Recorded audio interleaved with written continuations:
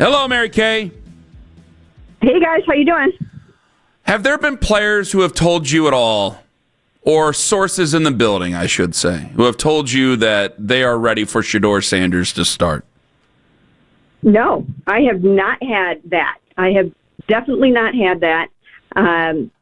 Absolutely have had so much support for Dillon Gabriel, and guys really are rallying behind him and trying to understand that he is a developing rookie, just the same way Shedeur is going to be when he gets in there, and that they're trying to do everything that they can to play better for him. I'm sure people are curious to a degree, but no one has shared with me that they want Shedeur to get in there over Dillon right now. Why do you think that is? I think that the messaging from the top has been pretty good. I think that Kevin Stefanski has made it very clear to his football team what's going on right now with Dillon Gabriel and how they need to support him and what the plan is for getting better around him. So I think the messaging has been good enough that people understand what's going on. And I'm not hearing those whispers and seeing those things going on behind the scenes in the building. Yeah, I just remember, Mary Kay, and it was a different time, a different era that I don't know if you've blocked most of it out during the Johnny Manziel versus, at that time, Brian Hoyer dilemma. And there were factions. Like there were young players behind the scenes that were like, wait till you see Johnny. The ball comes out of his hands faster. And then once we kind of got into the season, they're like, oh, God, no, it has to be Brian Hoyer. Like all that was getting leaked out constantly. I remember the national reporters were getting fed stuff. You were hearing stuff all the time. And I just find it odd that with as bad as Dillon has played, with as bad as the team has played, let's be fair here, it's not just a Dillon thing, that if the Shedeur stuff was so undeniable behind the scenes, I feel like we would hear it all the time.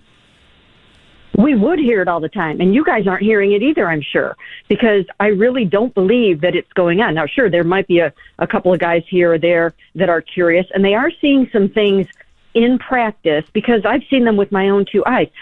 Shedeur Sanders, I've told you guys so many times, throws a beautiful ball. He is very, very accurate. He has elite accuracy. So I'm sure some guys might be curious privately, but I think this team has done a wonderful job of sticking together, of understanding where they're trying to go and what they're trying to do here. And right now it's about developing Dillon and the rest of the team and the rookies that are around him and trying to kind of hold that all together as a family. And I think they've done a good job of it. And you're right. Back in the Brian Hoyer, Johnny Manziel insanity that was going on, it wasn't that way. They weren't sticking together. Brian was always looking over his shoulder for what was going on with Johnny Manziel and didn't even trust what some of the higher ups in the building were telling him at times because it was really just a mess at that point. Do you believe that Kevin Stefanski and Andrew Berry disagree on who should be playing quarterback right now? No, I think for the most part, those guys put their heads together and they come up with a consensus.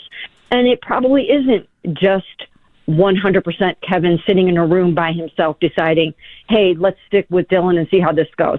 I think it is more of an organizational thing that happens. And we heard Jimmy Haslam say in training camp that as a club, as an organization, they would eventually like to see both rookies play this season. I don't know if it will still play out that way or not, but they had already determined that was something that in a perfect world they would like to see. So I think those guys are in lockstep on this, and there is still alignment in this building.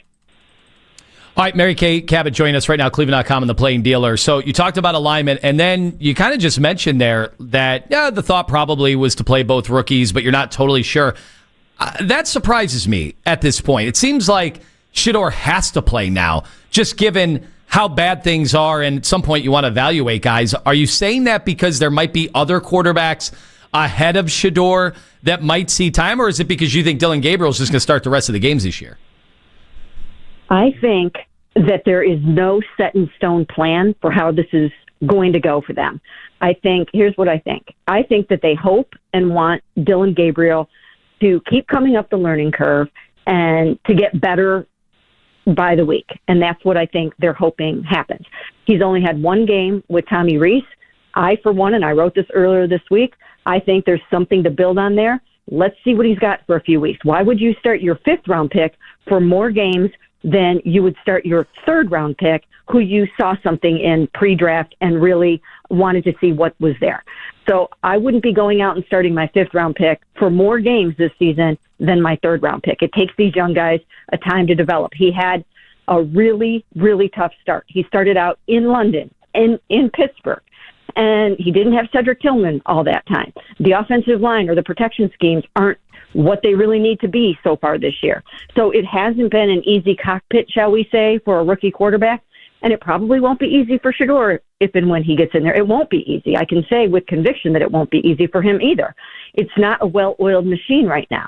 I think it will get better with Tommy calling the plays because I think he's good for Dylan, but I don't think that that this is an easy situation for a young QB, and I would like to see what he can do for a few more weeks. Well, let me ask you this, though. At what point, did they talk about it at some point being counterintuitive? Because he's not, you mentioned the London game. The London was the game he was probably at his best. It's been basically downhill since then, and I'm thinking, man, my whole thing of him was, all right, career backup, this, that, and the other. And I'm like, I don't even know if he's going to have the chance to be that, because at some point it's like, man, I'd like to bring him off the field and get a breather.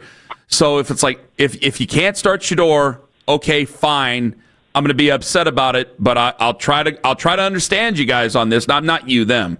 But it's like, fine, put in Bailey Zappi then or something, because I think this is starting to have a negative effect on him. Well, I was talking about this yesterday on our podcast. Think about this for 1 second. The Cleveland Browns right now, at this moment in time, had 2 games that were basically lost by special teams.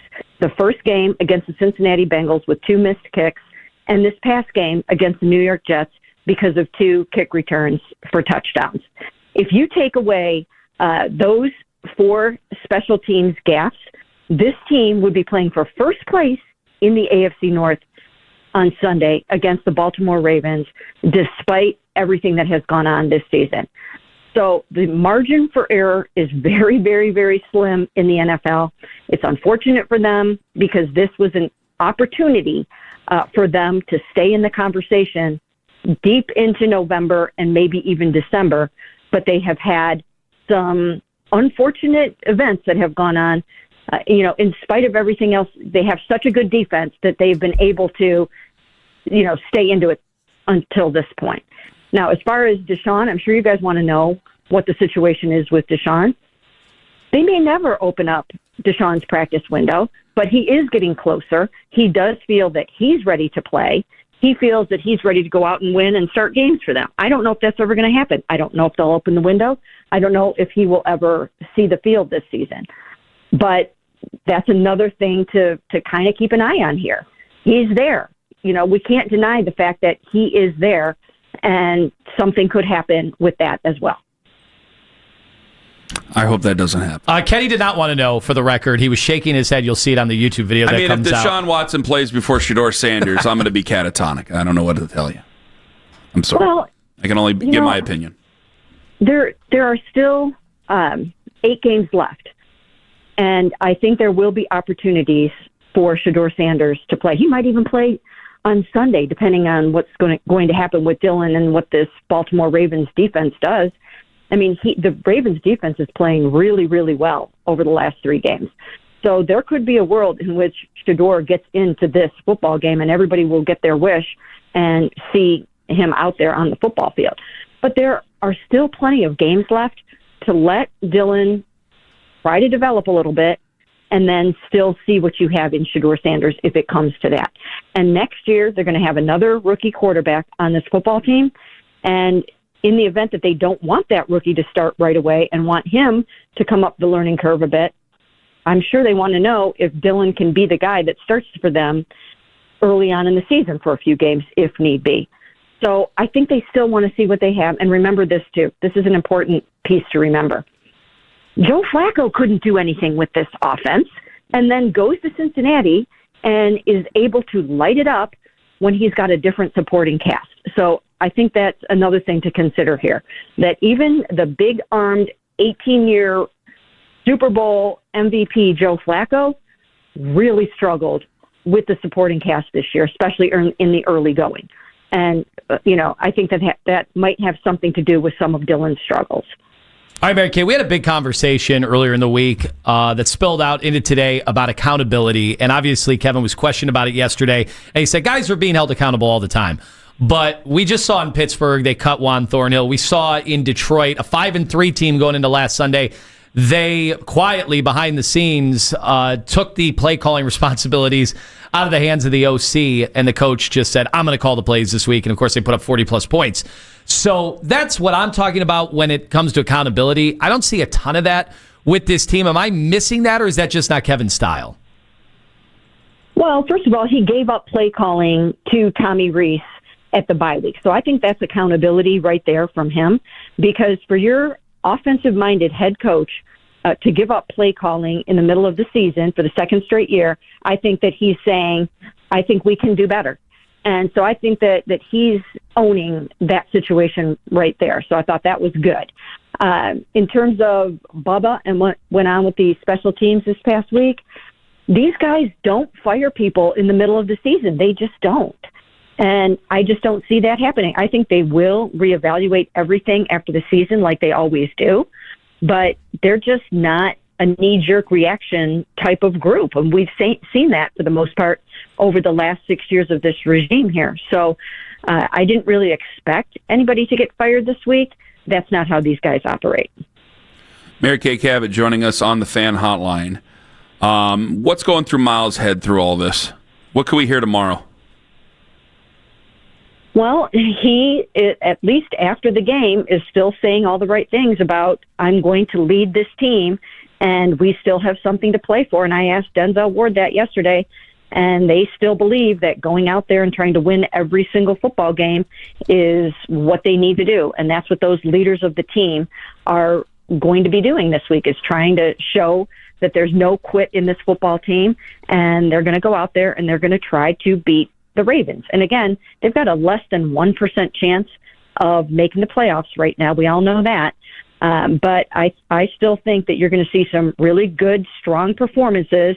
And Miles was charged at the owners' meetings by Jimmy Haslam with becoming a real leader of this football team this year and increasing those traits. And I think he's done that. I think he has done that on the field and off the field, and I think we'll continue to see that. So, Mary Kay, this game this week, what would you say is on the line? Give a pitch to the fans, because right now I saw some are saying tickets are as low as $6. I found them after fees to be in the 15 to 20 range. What is your anticipation for the way these guys look this week in front of let's be honest, quite frankly, a Week 17 crowd?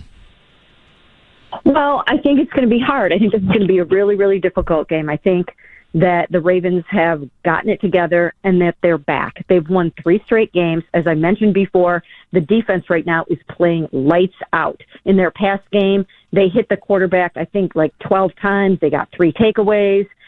Lamar is back to himself for the most part, although he sat out yesterday with a knee injury.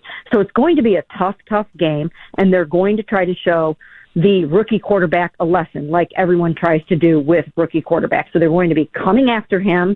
The protection is going to have to be much better than it was last week. He can't keep getting sacked 6 times a game like he already has twice.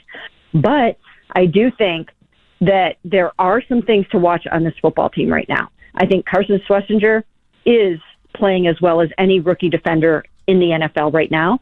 That's good. That's something that fans can get excited about. I think Quinshon Judkins is helping people not forget about Nick Chubb, but ease the loss of Nick Chubb. I think Miles is having one of the best seasons of his career, if not the best season of his career, and I think he'll be out there playing with his hair on fire. I think there are a lot of other young guys that are worth watching. And again, it's a rough season. Nobody wanted this. It wasn't supposed to work out this way. But I think that you are seeing some foundational pieces, and it's at least something to go watch. They're going to play hard, and they're not going to quit, and they'll give the Ravens their best game. Mary Kay, thank you very much for the time. All the best to you and yours, and I'll talk to you next Thursday. We'll talk to you next Thursday. Sounds good. Thanks, guys. Thank you, Mary Kay on the Fan Hotline.